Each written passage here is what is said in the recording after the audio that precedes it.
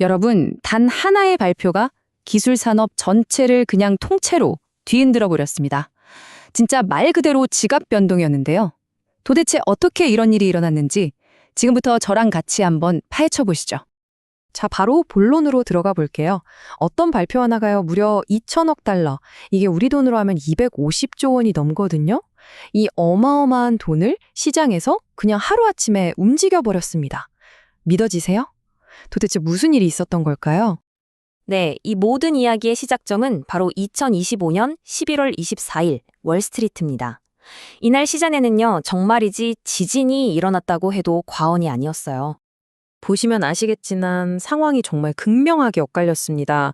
한쪽에서는 구글 주가가 막 6% 넘게 폭등하면서 사상 최고치를 찍고 있는데, 다른 한쪽에선 AI 칩의 절대 강자라고 불리던 엔비디아가 속수무책으로 휘청거리고 있었던 거죠.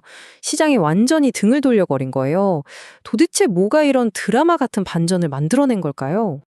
네, 그 폭풍의 눈은 바로 구글이 발표한 새로운 AI 모델 제미나이3였습니다.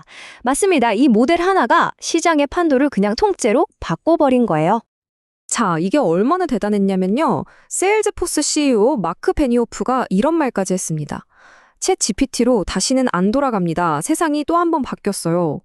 아니 기술적인 스펙을 따지기도 전에 이런 업계 거물이 이 정도의 극찬을 했다는 거, 이것만 봐도 제미나이3가 던진 충격파가 어느 정도인지 감이 오시죠?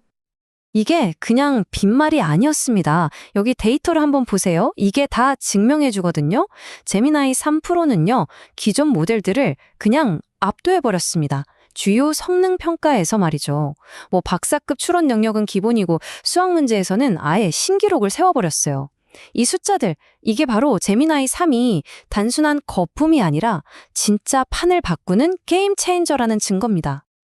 근데 여러분, 이게 끝이 아니에요. 구글은 여기서 한 발 더 나갔습니다. 바로 딥싱크 모드라는 걸 공개했는데요. 이건 그냥 AI 추론 능력의 끝판왕이라고 보시면 돼요.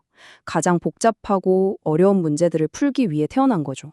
오죽하면 인류 최후의 시험이라고 불리는 진짜 말도 안 되게 어려운 테스트에서 41%라는 엄청난 점수를 받아버렸겠어요.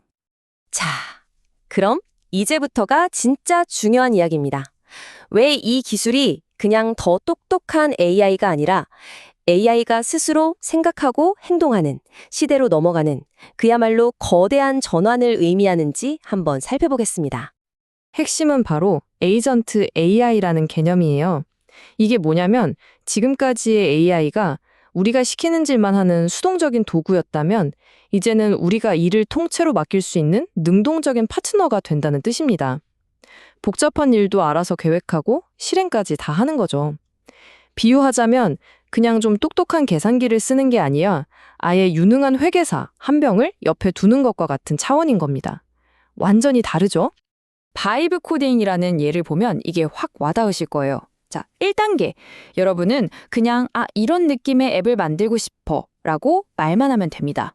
그럼 2단계. AI 에이전트들이 그 말을 듣고 알아서 기획하고 코딩하고 앱을 뚝딱 만들어내요. 그리고 마지막 3단계. 여러분의 그 느낌이 실제로 돌아가는 앱이 돼서 눈앞에 딱 나타나는 겁니다. 코딩이요? 거의 할 필요가 없어요. 이게 무슨 뜻이겠어요? 바로 누구나 아이디어만 있으면 소프트웨어를 만들 수 있는 시대가 열렸다는 겁니다. 아니, 근데 이런 엄청난 기술이 어떻게 지금 이 시점에 딱 가능해진 걸까요? 그 답은 바로 하드웨어에 있습니다. 그리고 이게 바로 우리가 맨 처음에 봤던 그 주식 시장의 지각 변동, 그 충격의 진짜 이유이기도 하고요. 핵심은 바로 이겁니다. 제미나이 3가 그동안의 불문율, AI는 무조건 엔비디아 GPU로 돌려야 한다는 이 공식을 그냥 박살내버린 거예요. 구글이 자체 개발한 하드웨어 위에서 이런 엄청난 성공을 거둔 것, 이게 모든 변화의 시작점이었습니다. 이 둘의 차이가 결정적이었습니다. 기존 방식은 엔비디아의 GPU, 그러니까 범용 칩을 쓰는 거였어요. 물론 업계 표준이긴 한데 비싸고 전력 소모도 엄청나죠. 그런데 구글은 처음부터 AI만을 위해 설계한 맞춤 칩, 바로 TPU를 밀고 있었던 겁니다. 특정 AI 작업에서는요, 이 TPU가 전력 효율이나 비용 효율 면에서 그냥 비교가 안 될 정도로 뛰어납니다. 소프트웨어와 하드웨어를 수직 계열화한 구글만의 진짜 강력한 무기인 셈이죠. 이 그래프 하나면 모든 설명이 끝납니다. 보세요. 같은 돈을 썼을 때 구글의 TPU가 엔비디아 GPU보다 특정 AI 작업에서 성능이 무려 4배나 더 좋다는 겁니다. 4배요? 이제 투자자들이 왜 그렇게 구글에 열광하고 반대로 엔비디아에 대해서는 이거 좀 위험한데? 라고 생각하기 시작했는지 확실하게 이해가 되시죠? 자, 그럼 좋습니다. 이런 엄청난 기술 변화의 끝에는 과연 뭐가 있을까요? 이게 결국 우리 사회, 그리고 우리의 일자리를 어떻게 바꿔놓게 될지 이제 가장 큰 그림을 한번 그려볼 시간입니다. 우리는 이제 매니저 경제라는 새로운 시대로 들어가고 있습니다. 이게 뭐냐면요. 미래에는 내가 직접 손으로 일을 하는 능력보다 수많은 AI 에이전트로 이루어진 팀을 지휘하고 관리하는 능력이 훨씬 더 중요해진다는 뜻이에요. 그러니까 가치를 만들어내는 방식 자체가 단순 실행에서 전략 설계와 조율로 완전히 패러다임이 바뀌는 겁니다.